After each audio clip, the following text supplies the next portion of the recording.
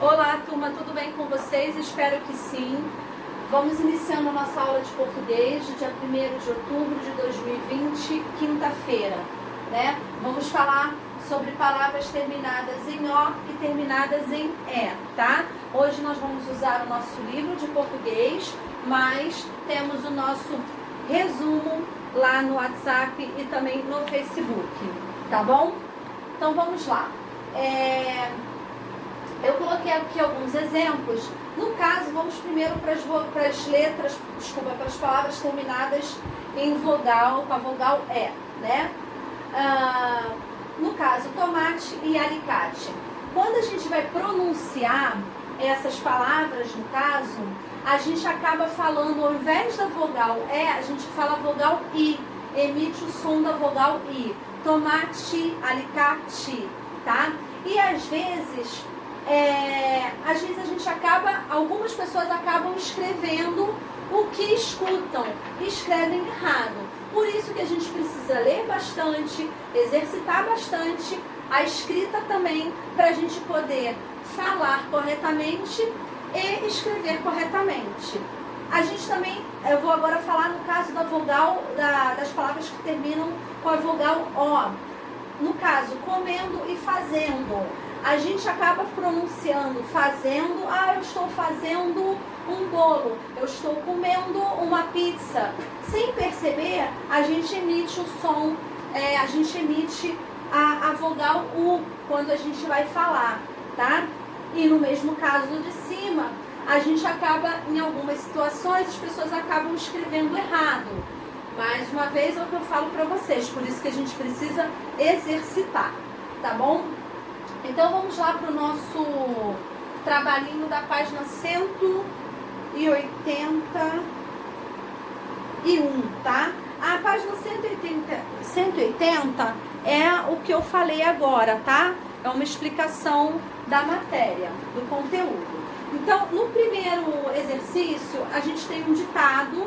Quem não assistir a aula online, tem lá no nosso resumo o ditado. Quem estiver fazendo o trabalho com vocês pode ditar também essas palavrinhas. Então vamos lá.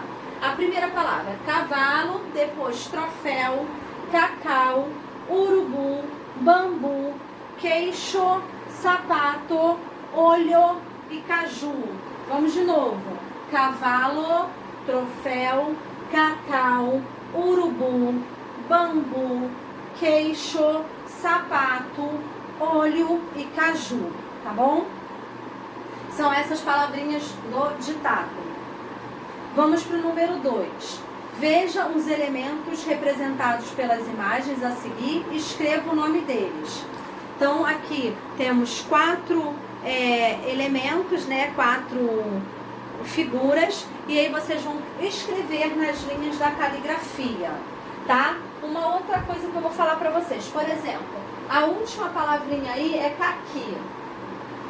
Então, a gente tem aqui a linha da caligrafia. A azulzinha, né, as linhas da caligrafia. A gente tem essa faixa azul no meio, né? E aí as de cima, as linhas de cima. Quando a gente começar a escrever, ó, o caqui, a gente começa aqui dentro o que, mas não tem como ficar a letrinha toda nessa faixa azul. Então, a gente desce e volta ali pro U e pro I lá dentro, tá? Não é para escrever a palavra caqui aqui dentro, tá errado. Isso não é caligrafia. Caligrafia é isso aqui, tá bom? Isso é caligrafia. Vamos lá para a letra A do exercício 2. Com que vogais essas palavras terminam? Então, vocês vão observar essas palavras que vocês escreveram na linha da caligrafia e vão colocar quais são as vogais que elas terminam. Letra B. Com que som é pronunciado o final dessas palavras? Qual é o som? O som das vogais, da vogal I, o som da vogal U, vocês vão observar. Vocês podem repetir essas palavras em voz alta e colocar e observar qual é a vogal que está sendo emitida quando vocês pronunciam essas 4 palavrinhas aí do exercício 2. Vamos lá para o número 3. leia em voz alta as palavras a seguir. Temos aqui no quadrinho, né, a palavra caderno, elefante, livro e telefone. Com que som você pronuncia o final dessas palavras? A gente aqui tem duas opções, tá? E aí vocês vão observar se essas palavras, quando vocês estão falando, elas têm o final, o som da letra E e da letra O, ou o som da letra I e da letra U, tá bom? Agora nós vamos partir para a nossa interpretação de texto na página 187, tá? Nós temos um poema chamado Canção para Ninar, Gato com Insônia. Esse poema é bem diferente do que a gente vê, né? Que é uma linha que a gente está acostumado a ver, uma linha embaixo da outra, né? Mas esse poema tem o formato de um gatinho, e nesse formato de gatinho, o corpinho dele tá com som de ronco e de sono, tá? Então, esse é um poema visual, é um poema diferente, a estrutura, é um poema dinâmico, ele tem movimento, né? Ele tem sons, né? E esses sons dão esse movimento para o poema, tá? Mas existem vários outros tipos de poemas visuais. Eu até coloquei aqui para vocês um exemplo de um poema visual. O nome do poema aqui é Um Estranho Objeto que Guarda a Preciosa Chuva. Ó, ele tem o formato de um guarda-chuva e o texto do poema é todo nessa estrutura desse objeto que é o guarda-chuva, tá bom? Então, existem vários tipos de poemas visuais. E aí eu também deixei para vocês a definição lá, tá bom? Então vocês vão observar esse poema e vamos responder as perguntas. Vamos lá. Número 1, da página 188. O texto que você leu é um poema visual. Em sua opinião, por que ele recebe esse nome? Tá? Então vocês podem recorrer também a o que eu coloquei na definição lá no resumo.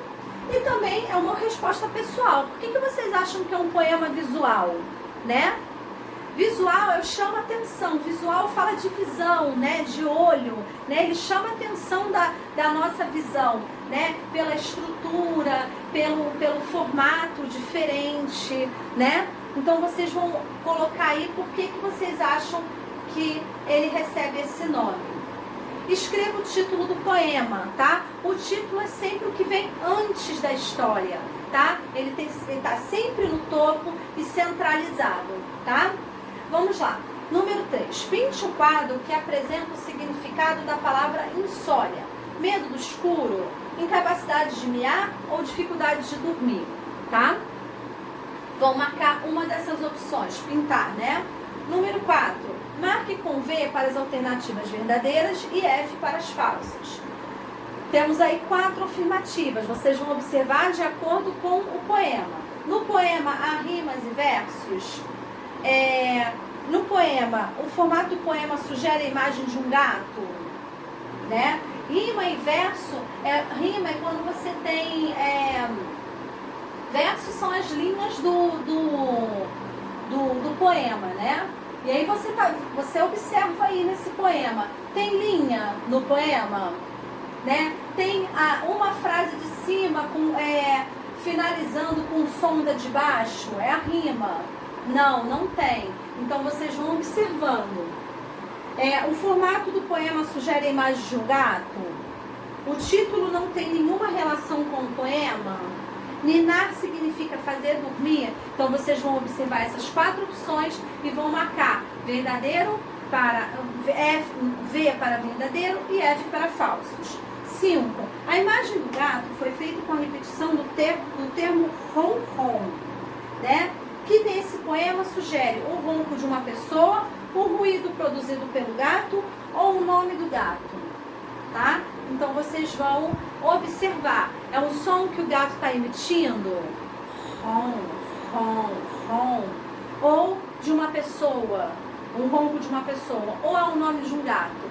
Então vocês vão observar, sempre também fazendo ligação com o título da história que fala Canção de Ninar para um gato, como é que é? Canção para ninar gato com insônia. Então, o gato tem dificuldades para dormir, né? Então, vocês vão fazer essa relação, né?